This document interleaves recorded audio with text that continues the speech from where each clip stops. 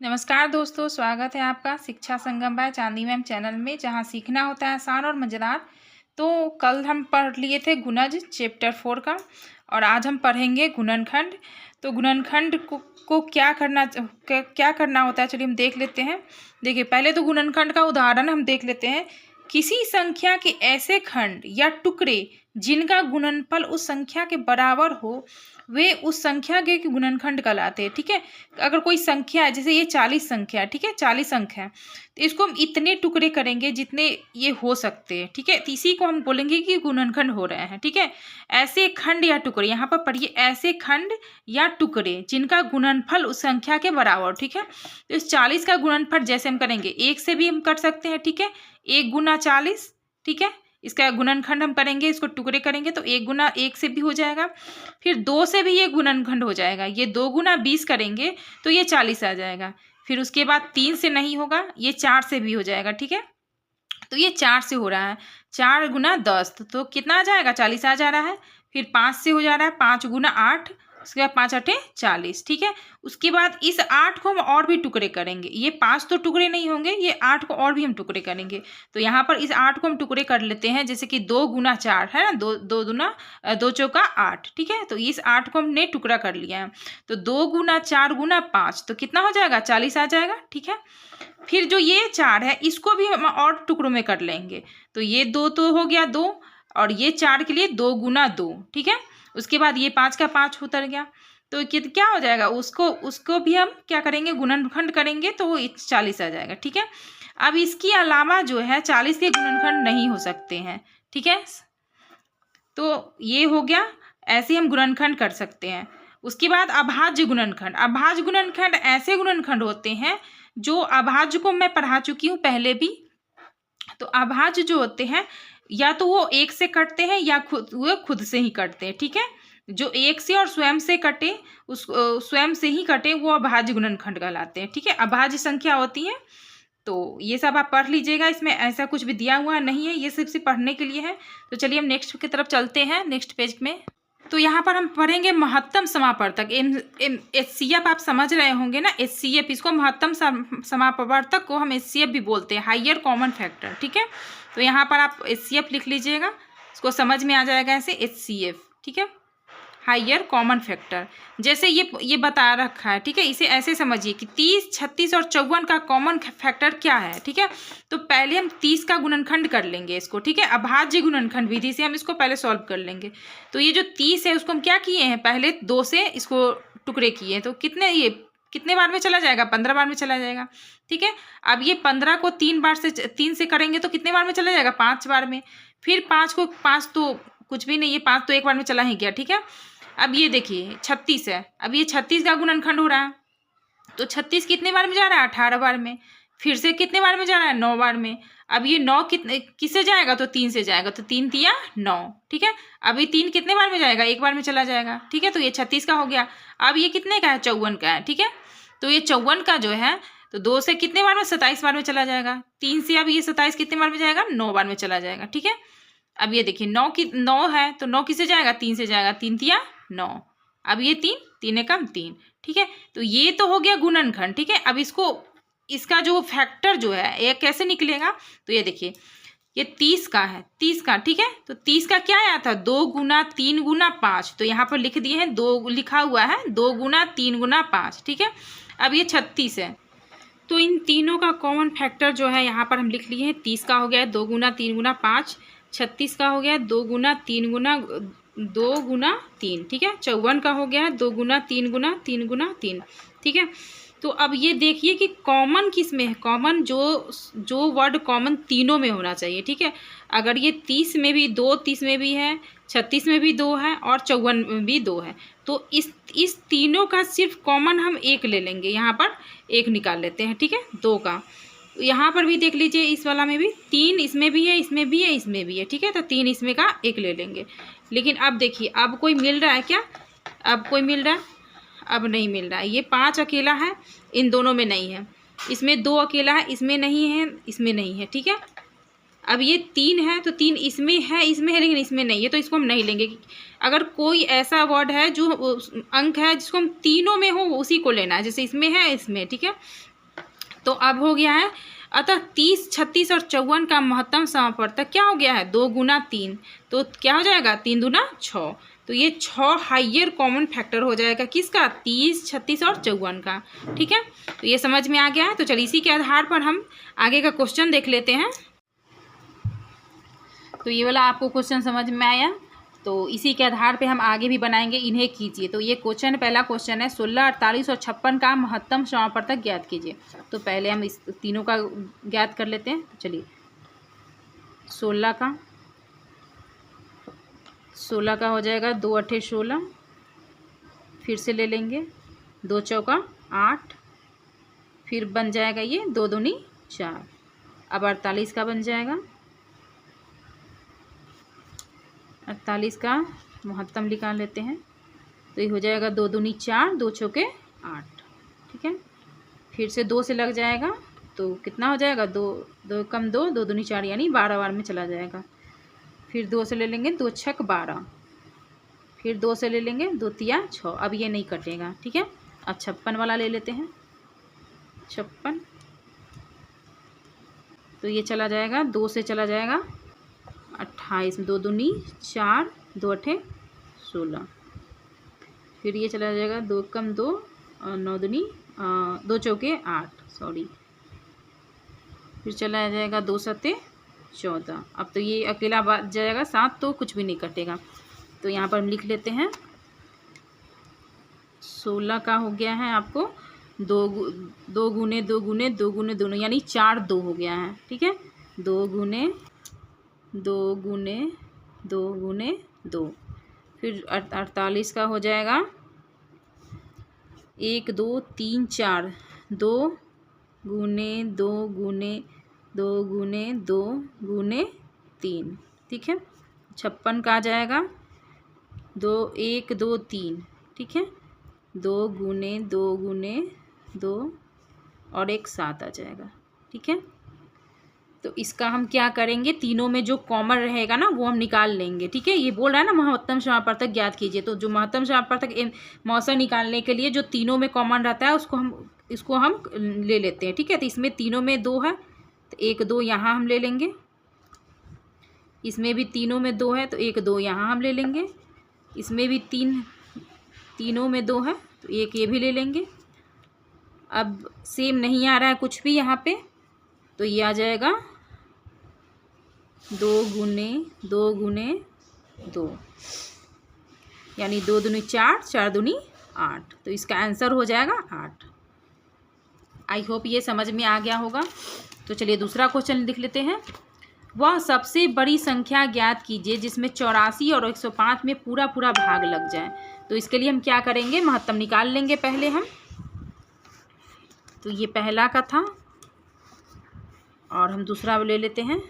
दूसरा का आ जाएगा 84 और 105, ठीक है। तो 84 का हम ले लेते हैं, पहले निकाल लेते हैं। 2 से चला जाएगा, 2 चौके 8, 2 दूनी 4, ठीक है। फिर चला जाएगा 2 दूनी 4, 2 कम 2। अब ये 3 से चला जाएगा 7 3 21, ठीक है। अब क्या है 84 और 105। 105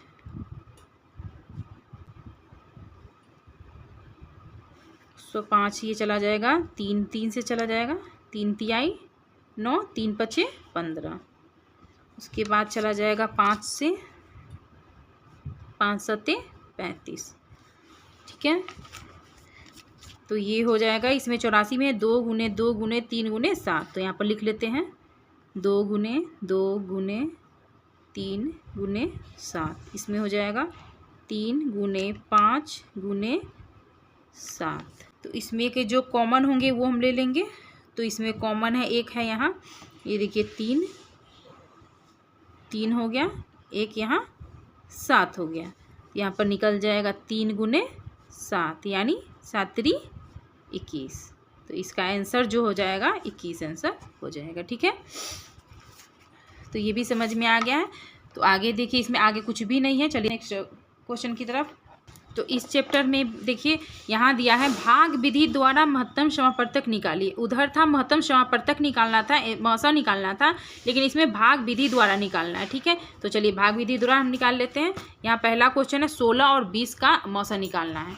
तो 16 और 20 का मौसा कैसे निकलता है चलिए बताते हैं हम।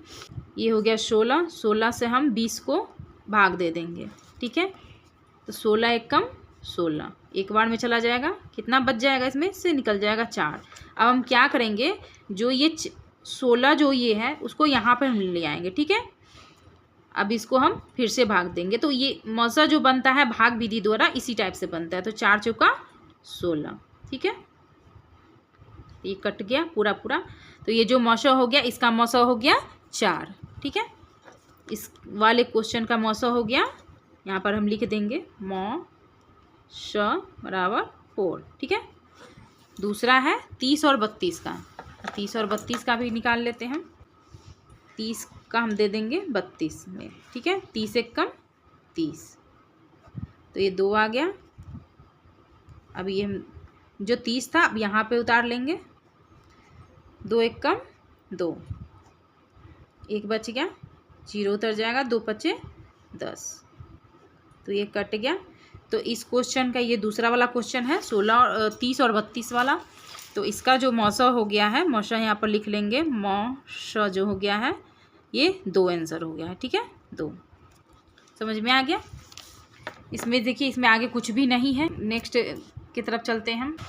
तो इस पेज में है दो या दो से अधिक संख्याओं का लघुत्तम समापवर्तक वह छोटी से छोटी संख्या है जिनमें दी हुई संख्याओं से पूरा पूरा भाग लग जाए। ठीक है, वो छोटी संख्या होती है जिसमें पूरा पूरा भाग लग जाता है। ठीक है, तो ये हो गया लघुत्तम समापवर्तक।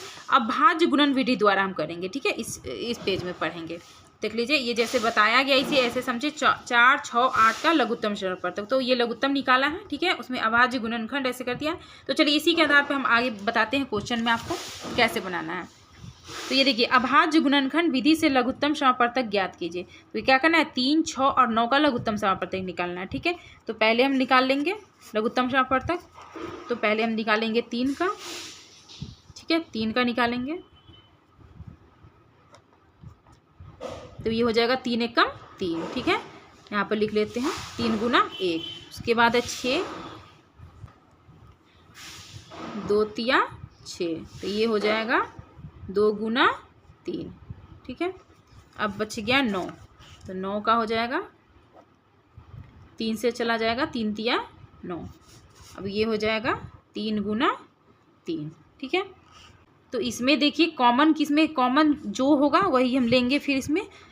तो इसमें 3 3 3 3 3, इसमें तीनों में 3 है। ठीक है, तो ये 3 भी हम ले लिए हैं, 3 ले लिए।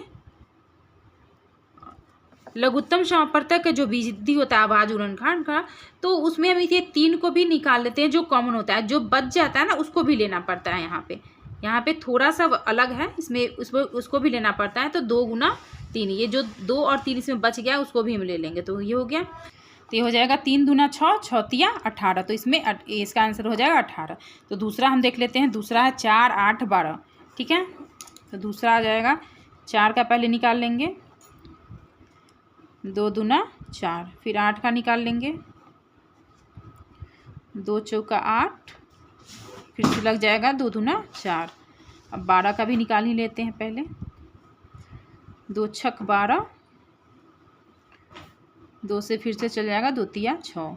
अब चलिए इसमें देख लेते हैं, 2 गुना 2, इसमें हो जाएगा 2 गुना 2 गुना 2, इसमें भी आ जाएगा 2 गुना 3। तो जो कॉमन है उसको 1 निकाल लेंगे। जैसे ये है कॉमन है, तो इसमें से 1, 2 निकाल लिए हैं हम। फिर इसमें भी कॉमन है तीनों में, तो इसमें से भी 1, 2 ले लिए हैं, इसका 1, 2 ले लिए।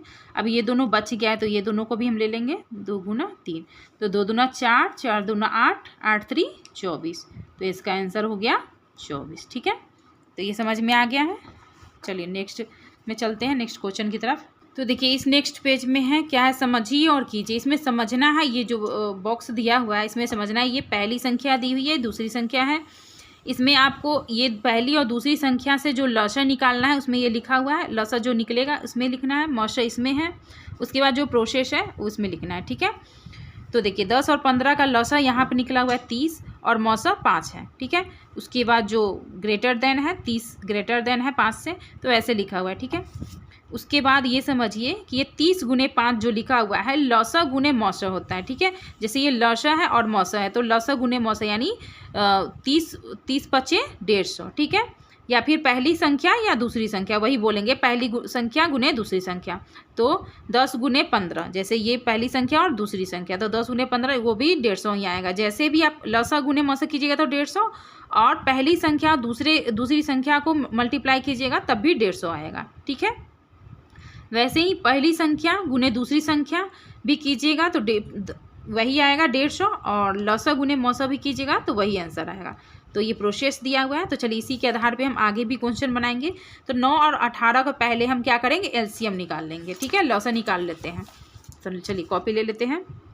9 और 18 का निकल जाता है, ठीक है। 3 से निकाल लेंगे इसको। 3 तिया 9, 3 छक 18, फिर से निकल जाएगा। 3 एकम 3, 3 दूनी 6, ठीक है। तो ये लौसा निकल गया। अब हम इसका मौसा निकाल लेंगे। मौसा आ जाएगा ऐसे 3 तिया 9, 18 का मौसा निकालेंगे। 2 9 18, 3 तिया 9, ठीक है। तो इसका हम पहले मल्टीप्लाई कर लेते हैं। 3 गुने 3 गुने 2, 3 तिया 9, 9 दूनी 18। तो इसका लौसा आ गया है 18, ठीक है। मौसा देख लेते हैं। 3 गुने 3 और इसका हो जाएगा 2 गुने 3 गुने 3, ठीक है। तो इसका देख लीजिए, इसमें कॉमन जो आएगा वो निकल जाएगा। ये हो गया 3, ये हो गया 3, तो इसमें से एक 3 और इसमें से एक 3 निकल गया। 3 गुने 3, तो 3 तिया 9, ठीक है। तो इसमें हम लिख लेते हैं इसका लौसा कितना है। लौसा है 18, तो इसमें हम लौसा में लिख लेते हैं 18, और मौसा आ गया है 9, तो 9 लिख लेंगे। फिर ये लौसा गुना लौसा और ग्रेटर देन मौसा है, ठीक है। तो यहाँ पे लिख लेते हैं लौसा कितना है 18, मौसा है 9, ठीक है। अब लिख लेंगे लौसा गुने मौसा, तो यानी 18 गुने 9। उसके बाद यहाँ पे कितना आ जाएगा, 18 नवा 162 आ जाएगा। तो हम यहाँ पे लिख देंगे 162। अब ये पहली संख्या कितनी है, 9 है, और दूसरी संख्या 8 है, तो 8 लिखेंगे। अब फिर यह 18 है, तो 18 लिख देंगे। तो 18 नवा 162 ही होता है, ठीक है। अब ये देख लीजिए, यहाँ पर पहली संख्या गुने दूसरी संख्या लिखना है। तो पहली संख्या कौन सी है, पहली संख्या है 9, 9 गुने 18 बराबर दूसरी लौसा गुने मौसा। तो लौसा कितना है 18 और मौसा 9, ठीक है। समझ में आ गया, एक बॉक्स समझ में आ गया। चलिए दूसरा भी हम ऐसे ही बना लेंगे। तो पहले 14 और 21 का लौसा निकाल लेते हैं।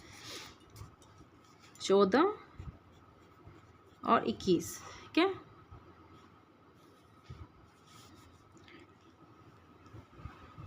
तो ये 7 से चला जाएगा। 7 दूनी 14, 7 3 21, ये हो जाएगा 7 गुने 2 गुने 3, ठीक है। 7 दूनी 14, 14 तिया 42, लौसा हमारा 42 आ गया। अब ये हो जाएगा, मौसा निकाल लेते हैं। मौसा हो जाएगा 2 7 14, तो 2 गुनी 7। अब ये कितना था 21 का हम निकाल लेते हैं। 3 7 21, तो 3 गुना 7, तो इसका मौसा निकल गया है कितना 7, ठीक है। तो 14 और 21 का लौसा हमने निकाल लिया है 42, और मौसा आ गया है 7। तो यहाँ पर लिख लेते हैं 42, लौसा 42 और मौसा 7, 42 ग्रेटर देन 7, ठीक है। इसमें आ जाएगा लौसा गुने मौसा, यानी 42 गुने 7, ठीक है। तो 42 गुने 7 आ जाएगा आपको 294, ठीक है। अब ये हो जाएगा पहली संख्या गुने दूसरी संख्या, यानी 14 गुने 21 आ जाएगा। ये भी अगर मल्टीप्लाई आप करते हैं तो 294 ही आएगा, ठीक है। तो लिख लीजिए 294, और यहाँ पे लिख लेंगे हम पहली संख्या गुने दूसरी संख्या। पहली संख्या हो गया 14 गुने 21 बराबर 21 गुने 14। ठीक है, ये सॉल्व हो गया। अब ये वाला बॉक्स को हम सॉल्व करेंगे 8 और 6 का। तो चलिए 8 और 6 के लिए हम ले लेते हैं 8 और 6 का लॉसा निकाल लेते हैं पहले। 2 चौका 8, 2 तिया 6, तो ये आ जाएगा 2 गुने 4 गुने 3, यानी 4 दूना 8, 8 3 24। तो ये आ गया लॉसा हमारा आ गया है 24। हम मौसा निकाल लेते हैं। 8 का मौसा आ जाएगा 2 चौका 8, 2 चौका 8 सही है, 2 दूना 4, और 6 का मौसा आ गया 2 तिया 6, तो 2 गुना 2 गुना 2, इसमें आ जाएगा 2 गुना 3, 2 गुना 3। तो इसमें कॉमन कितना है? कॉमन है 2। ठीक है, तो इसका मौसा कितना आ जाएगा? 2। तो लौसा हमने निकाल लिया 24 और मौसा 2। तो लौसा कितना है? 24 है, मौसा हो गया 2, यानी 24 ग्रेटर देन 2। यहाँ पे लिख लेते हैं 24 गुने 2 आ जाएगा कितना? 48, और पहली संख्या गुने दूसरी संख्या यानी 8 गुने 6, 8 छः कितना जाता है? 48। तो दोनों में सेम ही आ रहा है, 8 छः 24 दूना 48 और 8 छः 48। ठीक है, यहाँ लिख लेते हैं पहली संख्या 8, दूसरी संख्या 6, इसमें आ जाएगा लौसा कितना है? लौसा 24, मौसा 2 गुने 2। सॉरी, इसमें मैंने दूसरी कुछ लिख दिया था, तो इसमें हो जाएगा लौसा गुना मौसा। तो यहाँ पर भी हम लिख लेंगे लौसा हो जाएगा 42 और मौसा हो जाएगा 7। मेरा अभी भी ध्यान गया था तो इसलिए उसको करेक्शन कर दिया। ठीक है, तो अब चलिए लास्ट बॉक्स पे चलते हैं। 12 और 18 का हम पहली और दूसरी संख्या का पहले लौसा निकाल लेते हैं। ठीक है, 12 और 18 का लौसा हो जाएगा 2 छक 12, 2 नवा 18। अभी लग जाएगा 3 से, 3 दूना 6, 3 तिया 9। अभी क्या आ जाएगा? 2 गुना 3 गुना 2 गुना 3, 3 दूनी 6, 6 दूनी 12, 12 तिया 36। तो इसका लौसा आ गया है 36। अब मौसा निकाल लेते हैं। मौसा निकल जाएगा 2 से, 2 छक 12, 2 तिया 6। अब 18 का मौसा आ जाएगा 2 नवा 18, फिर 3 से, 3 तिया 9। तो ये हो जाएगा 2 गुने 2 गुने 3, इसमें आ जाएगा 2 गुने 3 गुने 3। ठीक है, तो ये एक कॉमन निकल जाएगा यहाँ से 2, और एक कॉमन निकल जाएगा यहाँ से 3। 2 गुने 3 यानी 3 दूनी 6। तो ये मौसा इसका आ गया है 6 और लौसा आ गया है 36। तो यहाँ पर लिख लेते हैं 36, लौसा 36 और मौसा 6। ठीक है, यहाँ पर लिख लेंगे 36 ग्रेटर देन 6। अब लौसा गुना मौसा लिखना है, तो लौसा 36 गुना मौसा 6। तो ये 36 का कितना आ जाएगा? 216 हो जाएगा। ठीक है, अब ये पहली संख्या गुने दूसरी संख्या यानी 12 गुने 18 हम भी करेंगे तो वही आंसर आएगा 216। आप मल्टीप्लाई करके आप देख सकते हैं। यहाँ पर लिखना है पहली संख्या गुने दूसरी संख्या, तो पहली संख्या 12 गुने दूसरी संख्या। ठीक है, अब ये लिखना है लौसा गुने मौसा यानी 36 गुने 6। तो आज के लिए इतना ही। आपको आई होप कि समझ में आ गया। कोई क्वेश्चन समझ में नहीं आया होगा तो कमेंट कीजिएगा, और मेरी क्लास कैसी लगती है आपको ये भी कमेंट कीजिएगा। इससे मुझे थोड़ा मोटिवेशन मिलता है और आगे की वीडियो बनाने के लिए टाइम भी मिलता है और अच्छा लगता है वीडियो बना करके और आपको पढ़ा करके। तो वीडियो अच्छी लगी हो, क्लास अच्छी लगी हो तो लाइक कमेंट सब्सक्राइब जरूर कर दीजिएगा। एक बात और, ये नेक्स्ट जो ये अभ्यास बच गया है इसको हम अगले वीडियो में छोटा सा वीडियो बना करके आपको सॉल्व करके बता देंगे। ठीक है, तो तब तक के लिए धन्यवाद।